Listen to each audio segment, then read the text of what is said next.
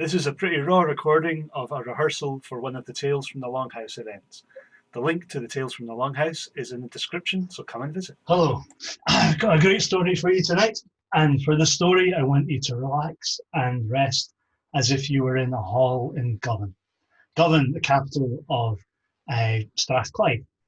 And imagine you're resting after Lusna, one of the harvest festivals.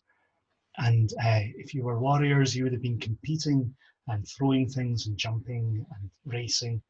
If you were farmers, you'd have brought in the harvest, and all of you would have gathered together to hear stories. This story is one which features Govan and features Lu. This story is called the Battle of Moytura. It's the second battle in Moytura. In the first battle, the leader of the Dedanan, Nuada, he lost a hand in a fight.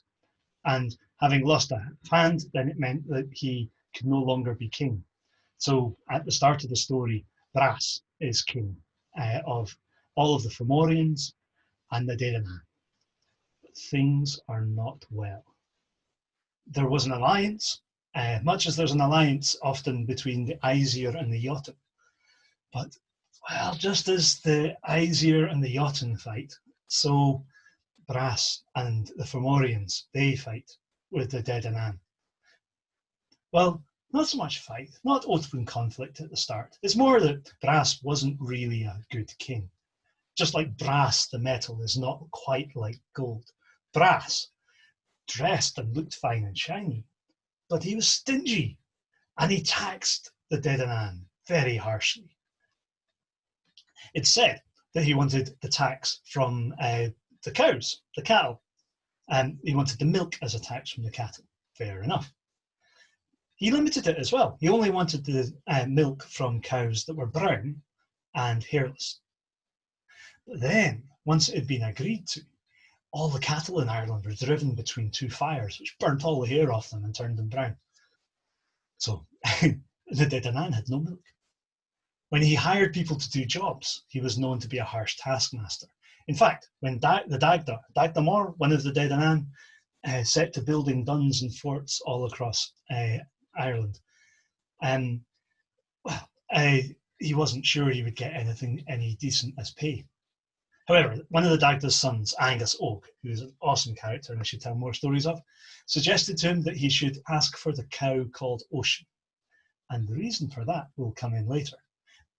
Bras was quite happy to give away one cow.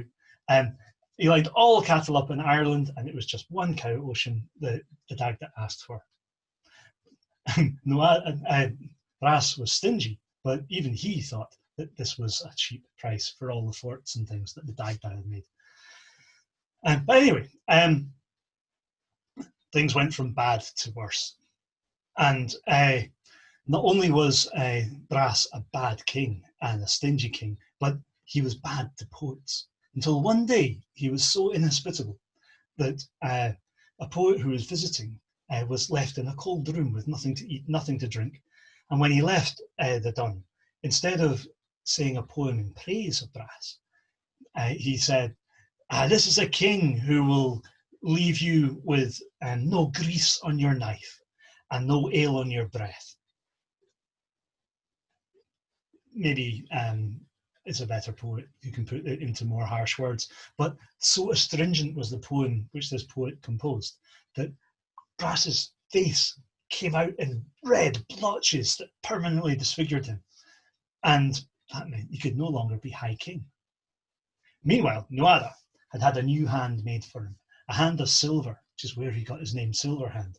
And not only that, but the great healer Danach of the Dedanan, his son had made the hand grow flesh, which is another story. But it meant that Nuada, being once more perfectly formed, could become High King again. And he sat in the dun and he welcomed all who came. Well, all who came who were of some worth, that is, which is where Lu of Lusna comes in. Lu was a child of the Dedanan and the Fomorians. But since his grandfather, Balor, of the Baleful Eye, had tried to kill him when he was a child by drowning him, Lu wasn't so keen on the Fomorians and thought he'd try his hand throwing his lot with the Dedanan.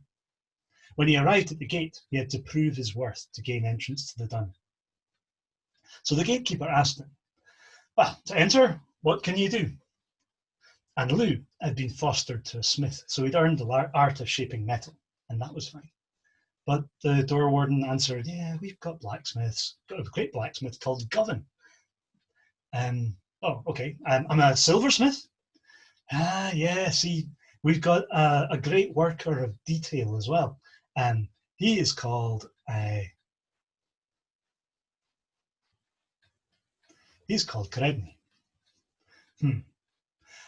Well, I'm skillful with wood. We've got a woodworker. He's called Luther. I'm a warrior. I can fight. The door warden laughed. We're Dedanan. We're born with a sword in our mouths, between our teeth, and a spear in our hand. We've got so many warriors, you trip on them when you try to go to the loo in the middle of the night. Often it's quite difficult, especially when it's really dark. Okay, said Luke, I am a storyteller. Got them. I'm a cupbearer. Yeah, got them. I'm a poet. I'm a sorcerer. But everything Lou said he could do, the door warden said, we have one of already. At which Lou thought and said, well, go to Nada and tell him this. At his door at the moment is not just a warrior, a singer, a cupbearer, and a sword wielder. It's someone who can do all of those things, which it seemed to be would be a unique quality. So Lou was let in as a master of all trades, and he made himself at home, and he was welcomed, and he was great, and he proved himself through many ordeals, which should be another story all in its own right. Until eventually they decided that maybe he should be High King, and Nada sat on the wisdom seat next to him, because the yoke of the Fomorians was growing stronger, harder to bear. When Bress had left, chains were attached to the island that dragged it north into the darkness and the mist and the ice. So the next time the tax collectors came, there was a revolt. They killed the tax collectors, and war was set for the next 7 years. During that time, Lou prepared. He asked all the great heroes of the Dedanan what they could do.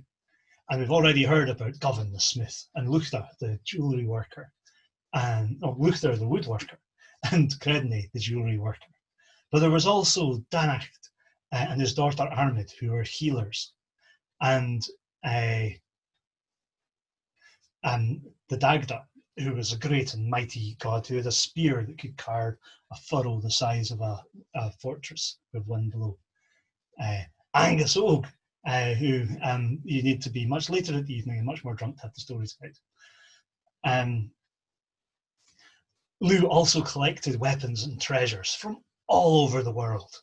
A spear that had a head in it that blazed with fire and flame and lightning, so much that it had to be kept in a bucket of water to quench it, or else it would burn the world down. And not even just water was enough. The water had to be laced with poppies to keep the blade dull and asleep. He had a sword called Answerer that nobody ever spoke back to. And other treasures, that again is another story. So many stories. 7 years were up, and the Dagda went north to the Fomorians to find out what was happening and to get a lay of the land before the battle. Do you remember that I said Brass was stingy? Well, this time they tried to humiliate the Dagda by giving him more than he could eat. They made a great cauldron that was 5 giants tall, and they filled it with half the milk from half the cows in Ireland, because they were still claiming the taxes. And they filled it with oats and meal, and then they boiled up whole cows and whole sheep to serve as an accompaniment to it. And they set it in front of the Dagda to see if he could eat, much like the Jotun tried to humiliate Thor. Dagda, though, had a spoon that was so big that a man and a woman could sleep in the bowl of it. And when I say sleep, I don't mean snoring. Plenty of room for movement. He took the spoon and he put it into the great pit which the Fomorians had filled with food, and he started to ladle it down. And when he'd eaten all the food, he scraped round the rim of it to get up all of the earth, stuck that in, and used it to polish his teeth as well. Okay, so when he stood up, he couldn't walk anymore, and he had to mostly roll all the way home. But he ate the Fomorians under the table and came back for seconds. And on his way home, he recruited the Morrigan, the goddess of death, who no one escapes, to be on the Dedanan side in the forthcoming battle. So, at last, we get to the Battle of Moytura. The two sides lined up, as armies do. Thousands on thousands, standing shoulder to shoulder, shields locked, weapons drawn.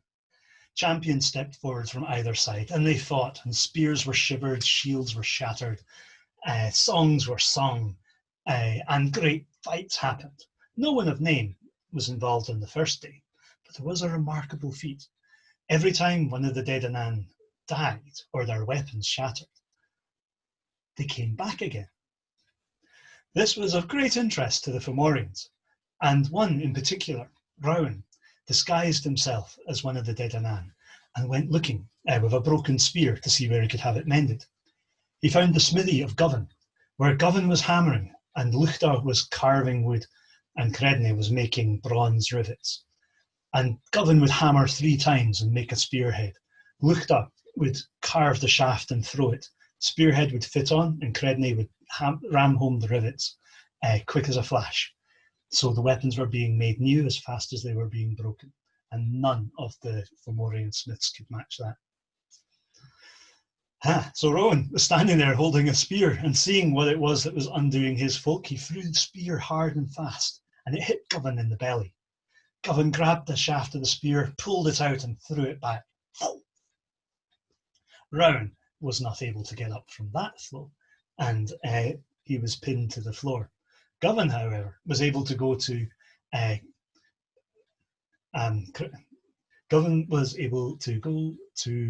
Dantrich and Armid, where they bathed him in a spring of life-giving water, and he was healed and went back to hammering. Another Fomorian, Osterach, had been tasked to find out how the Dedanan were coming back to life. Was it a cauldron like Bran had, that you put dead bodies in and the live ones came out? Was it a boar skin like Lou had recovered when he was claiming Eric for his dead father? Ostralach found Danach and Armid though, and he found the well that they were using to heal, and in the dead of night he filled it with stones. And once the well was blocked, the Fomorians knew that they could attack the next day. So the second day dawned. Lou had been held back all this time by 9 warriors. But on the second day, he had escaped the warriors. He was too valuable for the Dedanan to lose, but too wily to contain. On the second day, he managed to make his way to the battlefield. And as Brass looked out, he saw the sun rising in the west, and he asked how that could be. His chief druid said, that's no sun, only if it was the sun. That's Lou of the shining face and the long arm. He's joined the battlefield, and it's going to be a bad day for us. The Dagda pulled his spear out and carved a furrow with one blow, the size of any fortress wall. Ogma fought and killed Indech. Indech, the father of Ostrelach. So Ostrelach sprung from Indech. Indech blocked the spring. Ostrelach had sprung from Indech. And although Ostrelach had plugged the spring, Ogma plugged the spring from Indech, and from him no life would any more be sprung. At this, the Fomorians brought out their great hero, their aged warrior Balor of the baleful eye. One great eye he had, that it took 5 men with hooks lifting his eyelid to open. But when his eye opened, it blazed with the force of the sun and burned all that it gazed upon. He killed Nuada with one look, and Maige, his warrior wife, as well. And he would have killed Lou as well if the glance had fallen on him. But before the gaze could come round that far, Lou took a brain ball, a ball of concrete, hard and solid, made from the blood of toads and bears and lions and the spine of his enemy, packed with lime to a hard mass. He threw it as hard as he could at Balor's eye, and as the moon eclipses the sun's light was put out, and the son of Balor, Lu, killed his grandfather. The ball flew so hard that it knocked the eye through the back of Balor's head, and bursting out, the gaze went backwards and burned the Fomorian army. And with that one throw, the victory was certain, and the Fomorians started to flee. The Morrigan chased them, her crows landing and picking and plucking and doing all that sort of thing which crows do. The victory won. It was just time to clear up, and the Dagda, Ogma, and Lu captured Bress and exacted some tribute from him, and went on to the Fomorians' dun. Because Dagda needed his harp back. He entered the room, he called to the harp. The harp sprang from the wall and landed in his hands, at which time the Dagda played the 3 songs that every bard should know. A song of sadness, a song of laughter, and a song of sleeping. But just before everyone went to sleep, he called to his cow, the cow he got in payment at the beginning of this story. And this one cow was the cow which all the cows in Ireland followed. So as he left, he took his cow with him, and he took all of the Fomorian cows too. And the Daedan were able to feast and drink milk and drink honey and roast meat and enjoy things to the end of days, or at least to the coming of the Milesians, when Armageddon of the House of Nemed would drive them all underground. Thank you very much for listening, and see you next month. Click the links in the description to find out where you can get tickets for the next Tales for the Longhouse event. There'll be 3 stories, 3 storytellers. It'll be great to see you there.